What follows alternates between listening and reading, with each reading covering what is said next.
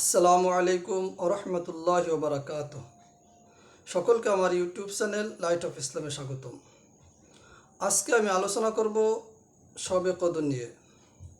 মর্মে আল্লাহ পাক রব্বুল আলামিন কোরআনের সূরাতুল কদরের মধ্যে বলতেছেন, বিসমিল্লাহির রহমানির রহিম, ইন্না আনজালনাহু ফি লাইলাতিল কদর وما أدراك ما ليلة القدر ليلة القدر خير من ألف شهر تنزل الملائكة والروح فيها بإذن ربهم من كل أمر سلام هي حتى مطلع الفجر। এই সূরা কদরের মাঝের আয়াতে আল্লাহ পাক রব্বুল আলামিন বলতেছেন, লাইলাতুল কদরি খায়রুম মিন আলফি শাহর। কদরের রাত্র এত বড় দামি রাত্র যেটা খায়রুম মিন আলফি শাহর, হাজার মাস অপেক্ষা উত্তম। অর্থাৎ হাজার মাস ইবাদত করলে যেই সওয়াব হবে, যেই ফজিলত হবে, যেই নেকি পাইবে, শুধু কদরের যদি এক রাত্রি ইবাদত করা হয়, হাজার মাসের চাইতেও বেশি ইবাদত করার নেকি আল্লাহ পাক রব্বুল আলামিন আমার আপনার আমলনামায় দিয়ে দেবেন। এটা আমার কথা নয়, আল্লাহ বলতেছেন লাইলাতুল কদরি খায়রুম মিন আলফি শাহর। যদি আমরা কদর পেয়ে যাই আর কদরের রাতে যদি ইবাদত করি, তাহলে হাজার মাস ইবাদত করার চাইতেও বেশি ফজিলত পাওয়া যাবে। তানাজ্জালুল মালাইকাতু ওয়ার রূহু ফিহা বিইذনি রাব্বিহিম মিন কুল্লি আমর। ওই রাত্রে ফেরেশতাগণ এবং জিবরিল আলাইহিস সালাম আল্লাহর নির্দেশে দুনিয়া অবতরণ করেন এবং সালামুন হিয়া হাত্তা মাতলাইল ফজর, ফজর তুলু হওয়ার আগ পর্যন্ত শান্তি নিরাপত্তা দিয়ে রাখেন। শবে কদরের সম্পর্কে এক হাদিসের মধ্যে রাসূলুল্লাহ সাল্লাল্লাহু আলাইহি ওয়াসাল্লাম বলতেছেন, হাদিসটি বর্ণনা করছেন আয়েশা রাদিয়াল্লাহু তাআলা আনহা। عن عائشة رضي الله تعالى عنها قالت قال رسول الله صلى الله عليه وسلم تحروا ليلة القدر في الوتر من العشر الأواخر من رمضان। মুসলিম শরীফের 2017 নম্বর হাদিস।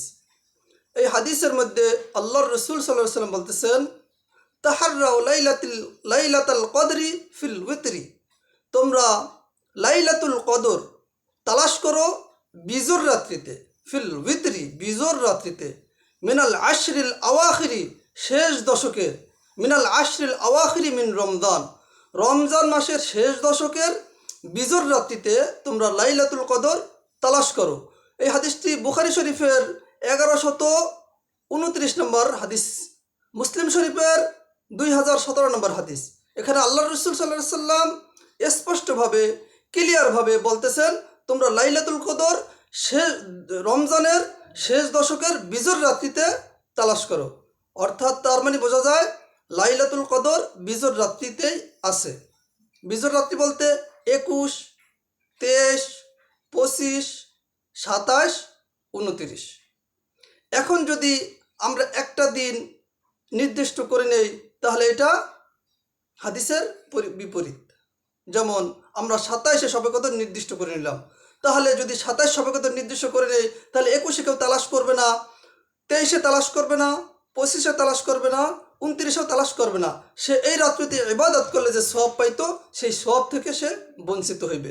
এ মর্মে অন্য এক হাদিসের মধ্যে আল্লাহ রাসূল বলতেছেন, হাদিসটি বর্ণনা করেছেন এটা আয়েশা রাদিয়াল্লাহু তাআলা আনহা। عن عائشة رضي الله تعالى عنها قالت قلت يا رسول الله أرأيت إن علمت أي ليلة القدر أي ليلة ليلة القدر। আল্লাহর কাছে জিজ্ঞাসা করা হল, হে আল্লাহর রাসূল, যদি আমরা লাইলাতুল কদর পেয়ে যাই, মা আকুলু ফিহা, লাইলাতুল কদরে কি বলবো, কি দোয়া করব? তো আল্লাহর রাসূল সাল্লাল্লাহু আলাইহি ওয়াসাল্লাম একটা দোয়া শিখিয়ে দিয়েছেন, লাইলাতুল কদর যদি তোমরা পেয়ে যাও, তাহলে লাইলাতুল কদরে এই দোয়া করবে, আল্লাহুম্মা ইন্নাকা আফুউন তুহিব্বুল আফওয়া, হে আল্লাহ, আপনি ক্ষমাশীল, আপনি ক্ষমাকে পছন্দ করেন। তো এই হাদিসের মধ্যে যদি লাইলাতুল কদর পেয়ে যায় তাহলে আল্লাহ রসুল এই দোয়া বেশি বেশি পড়তে বলছেন। তো লাইলাতুল কদর পাওয়ার জন্য কি করতে হবে? বিজর রাত্রিতে তালাশ করতে হবে। এরপরে লাইলাতুল কদর সম্পর্কে আল্লাহ রসুল সাল্লাল্লাহু আলাইহি সাল্লাম আরেকটা হাদিসের মধ্যে বলতেছেন, হাদিসটি বর্ণনা করছেন কাব ইবনে কাব রাদিয়াল্লাহু তাআলা আনহু। আর ইবনে কাবিন قال رسول الله صلى الله عليه وسلم إني خرجت لأخبركم بليلة القدر فتلاحى فلان وفلان فرفعت وعسى أن يكون خيرا لكم فالتمسوا فيها في التاسعة والسابعة والخامسة। কাব ইবনে কাব রাদিয়াল্লাহু তাআলা আনহু বলতেছেন, রাসূলুল্লাহ সাল্লাল্লাহু আলাইহি ওয়াসাল্লাম লাইলাতুল কদরের খবর দেওয়ার জন্য বের খরাজতু লিউখবিরাকুম বিলাইলাতিল কদরি। আল্লাহ রাসূল বলতেছেন, আমি তোমাদেরকে লাইলাতুল কদরের খবর দেওয়ার জন্য, সংবাদ দেওয়ার জন্য, অর্থাৎ লাইলাতুল কদর কবে হবে এটা বলার জন্য আমি মসজিদ থেকে বের হইলাম। বের হয়ে কি দেখলাম? ফাতালাহা ফুলানুন ওয়া ফুলানুন, দেখলাম অমুক অমুক দুই ব্যক্তি ঝগড়া করতেছে। ফারফিআত, যখন তারা ঝগড়া করতেছে তো আল্লাহ পাক রব্বুল আলামিন, আমি ভুলে গেলাম লাইলাতুল কদর কবে এটা আমি ভুলে গেলাম।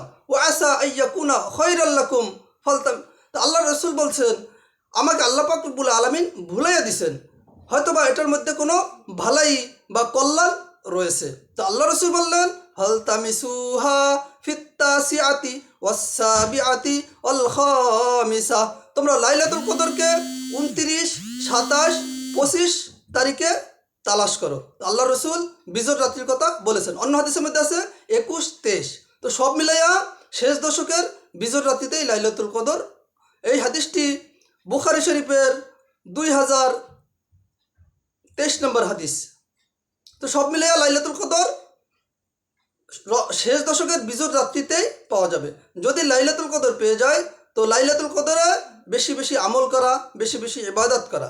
এ মর্মে আল্লাহ রসুল সাল্লাল্লাহু আলাইহি ওয়াসাল্লাম অন্য এক জায়গায় বলতেছেন, আন আবি হুরায়রা রাদিয়াল্লাহু তাআলা আনহু قال মান কামা লাইলাতাল কদরি ঈমানান ওয়া ইহতিসাবান গুফিরা লাহু মা তাকদ্দামা মিন যামবিহি। মুসলিম শরীফের 740 নম্বর হাদিস। এই হাদিসের মধ্যে হাদিসটি বর্ণনা করছেন আবু হুরায়রা রাদিয়াল্লাহু তাআলা আনহু। আবু হুরায়রা রাদিয়াল্লাহু তাআলা আনহু বলছেন, রাসূলুল্লাহ সাল্লাল্লাহু আলাইহি ওয়াসাল্লাম বলেন, মান কামা লাইলাতাল কদরি ঈমানান ওয়া ইহতিসাবান, যে ব্যক্তি লাইলাতুল কদরে ঈমানের সহিত সওয়াবের আশায় ইবাদত করবে, লাইলাতুল কদরে ঈমানের সহিত সওয়াবের আশায় ইবাদত করবে, আল্লাহ রাসূল বলতেছেন গুফিরা লাহু মা তাকদ্দামা মিন যামবিহি, আল্লাহ পাক রব্বুল আলামিন তার জীবনের সমস্ত গুনাহ খাতাগুলি মাফ করে দেবেন। সুবহানাল্লাহ। তো যদি গুনাহ খাতাগুলিকে মাফ করাইতে চাই তো লাইলাতুল কদর সন্নিকটে লাইলাতুল কদর তালাশ করব। যদি পেয়ে যাই লাইলাতুল কদরে বেশি বেশি ইবাদত করব, দোয়া করব, নামাজ পড়ব, যে কোনো ইবাদত করা যাবে, কোরআন তেলাওয়াত। এজন্য লাইলাতুল কদরের নির্দিষ্ট যে এই ইবাদত করতে হবে এরকম নাই। যেমন অনেকে বলে 12 রাকাত নামাজ, 12 রাকাত নামাজ, প্রথম রাকাতে এই সূরা, দ্বিতীয় রাকাতে এই সূরা, তৃতীয় রাকাতে এই সূরা, এইভাবে পড়তে হবে, এরকম কোনো নির্দিষ্ট নাই। আপনি যে কোনো সূরা দিয়ে তরতিব ঠিক রেখে যে কয় রেখাত নামাজ ইচ্ছা পড়তে পারবেন। 12 রাকাত পড়তে পারবেন, 16 রাকাত, 20 রাকাত, 2 রাকাত, 4 রাকাত, 6 রাকাত, যা মন চায় যতদূর মন চায় পড়তে পারবেন। এরপরে কোরআন তেলাওয়াত, এরপরে যদি কবর জিয়ারত কেউ করতে চায় একা একা করতে পারবে। এই কবর জিয়ারতের জন্য কোনো জামাতবদ্ধতা নাই। এটা শুধু না সবে বরাতে, না সবে কদরে, না জীবনের অন্য কোনো সময় কবর জিয়ারত করতে জামাতবদ্ধতা হয়ে দোয়া করা এরকম হাদিসের মধ্যে নাই। আপনি কবর জিয়ারত করতে পারবেন একা একা চুপে চুপে আপনার পিতামাতার জন্য, পাড়া প্রতিবেশী, আত্মীয় স্বজনের জন্য দোয়া করবেন। দোয়ার বিভিন্ন সূরা যেগুলি আপনার জানা আছে ওইগুলি পাঠ করে তাদের জন্য বকশাই দেবেন। আল্লাহ পাক রব্বুল আলামিন কবরবাসীতেও সালামাত দেবে।